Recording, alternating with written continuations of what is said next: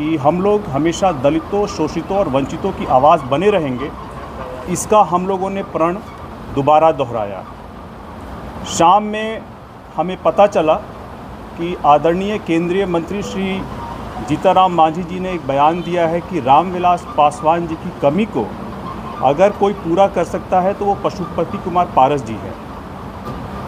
हमारे लिए, हमारी पार्टी के लिए ये एक अस्वीकारनीय है कि रामविलास पासवान जी की उद्देश्यों को, उनके मूल्यों को अगर कोई आगे ले जा सकता है तो हमारे राष्ट्रीय अध्यक्ष श्री चिराग पासवान जी ही ले जा सकते हैं और कोई नहीं ले जा सकता। आप रामविलास पासवान जी के 5 दशकों के राजनीतिक अनुभव को देखें, समाज से जुड़ने की उनकी कला को देखें, आप वंचितों, शोषितों के आवाज़ उठाने की उनकी क्षमता को देखें, पार्टी और परिवार को एकजुट रखने की उनकी क्षमता को देखें, पार्टी के विस्तार को लेकर के जैसे बिहार के बाहर झारखंड, उत्तर प्रदेश और अन्य जगहों पे उन्होंने जिस तरह से पार्टी का विस्तार किया है उसको देखें। आप उसके बाद देखिए कि 5 प्रधानमंत्रियों के साथ उनका प्रशासनिक अनुभव है। ऐसे में माननीय केंद्रीय मंत्री श्री जीतनराम मांझी जी का ये कहना कि उनकी कमी सिर्फ पशुपति कुमार पारस जी ले जा सकते हैं, ये हमारे लिए स्वीकार्य नहीं है और उनमें ऐसा कोई गुण नहीं है जो इस बात को हम लोग तवज्जो दें। हमारा मानना है, हमारी पार्टी के वर्कर्स का मानना है, हमारे पदाधिकारियों का मानना है कि रामविलास पासवान जी को की जो राजनीतिक विरासत है, जो उनकी कमी है, जो देश में एक दलित नेता की जो कमी है, उसको पूरा करने में अगर कोई सक्षम है तो वो सिर्फ हमारे राष्ट्रीय अध्यक्ष और केंद्रीय मंत्री श्री चिराग पासवान जी ही इसके लिए, उनमें वो क्षमता है, उनमें वो प्रतिभा है और धीरे धीरे वो अपने पिता की तरह अनुभव भी ज्ञात करते जा रहे हैं। अभी हाल में हुए लोकसभा चुनावों में जिस तरह से उन्होंने एक दलित नेता के बिहार में एक दलित नेता के रूप में विपक्षी के जो अलग अलग मुद्दे थे उनको धाराशायी करके गठबंधन को एक बड़ी जीत दिलाने का काम किया है,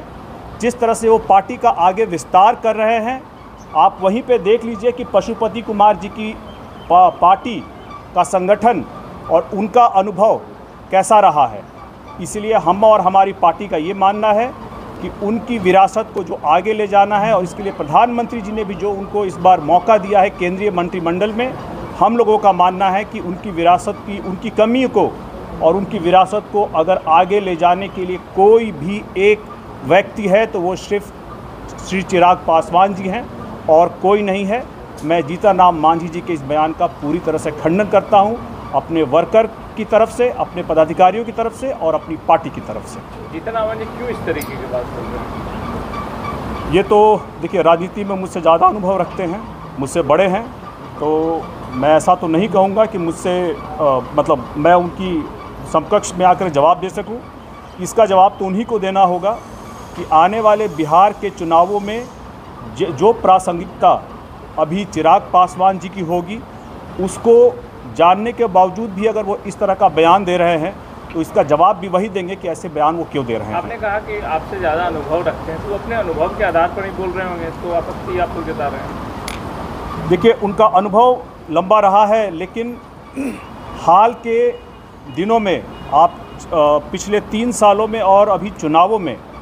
जिस तरह की क्षमता, जिस तरह का प्रतिभा और दलित समाज की आवाज़ को बनने को लेकर के पूरे बिहार के लोगों की आवाज़ को सशक्तिकरण से उठाने का काम जिस तरह से चिराग पासवान जी ने किया है, केंद्र में मंत्री रहते हुए भी ऐसी कोई भी पहल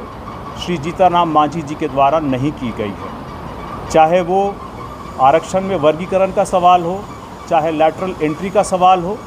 या वक्फ बोर्ड पे जो सवाल हो, जैसी जनता चाहती थी उन्हीं आवाज़ को वो ले गए हैं मुखिया तक और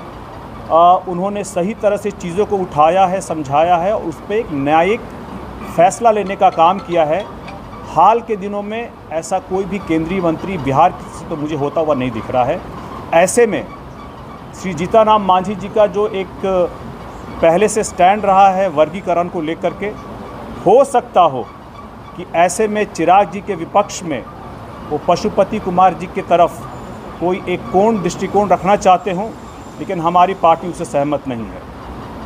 आरक्षण के मुद्दे पर भी चिराग पासवान और जीतन राम मांझी आमने सामने हो गए। जीतन राम मांझी ने यहाँ तक कर दिया था कि हम बंटवारा करने के लिए तैयार हैं। क्या लग रहा है तमाम कड़ियाँ जुड़ी हुई हैं? तो आए दिन इस तरह से जीतन राम मांझी आप लोगों को टारगेट में क्यों ले रहे हैं? देखिए, पूरा जो अभी दलित समाज है उसको एकीकृत एक होमोजीनियस ग्रुप की तरह रह कर के ही अपनी आवाज़ को उठाना होगा ताकि उनको सही भागीदारी मिल सके। अगर इसी दलितों की आवाज़ में अलग अलग वर्गीकरण और अलग अलग बंटवारा हो जाएगा तो हमारा मानना है, हमारी पार्टी का मानना है कि फिर दलितों की आवाज़ कमज़ोर हो जाएगी और उनको जिस तरह की भागीदारी, हिस्सेदारी चाहिए वो नहीं मिल पाएगी। यही प्रयास अभी जीतन राम मांझी जी कर रहे हैं, दलितों की आवाज़ को कमज़ोर करने का काम कर रहे हैं। पूरे दलित समाज की आवाज़ को जो उठा करके सरकार के सामने या कहीं भी हिस्सेदारी के लिए रख रहे हैं वो चिराग पासवान जी रख रहे हैं। और अच्छी बात यह है कि प्रधानमंत्री जी भी उनकी बात को सुन रहे हैं।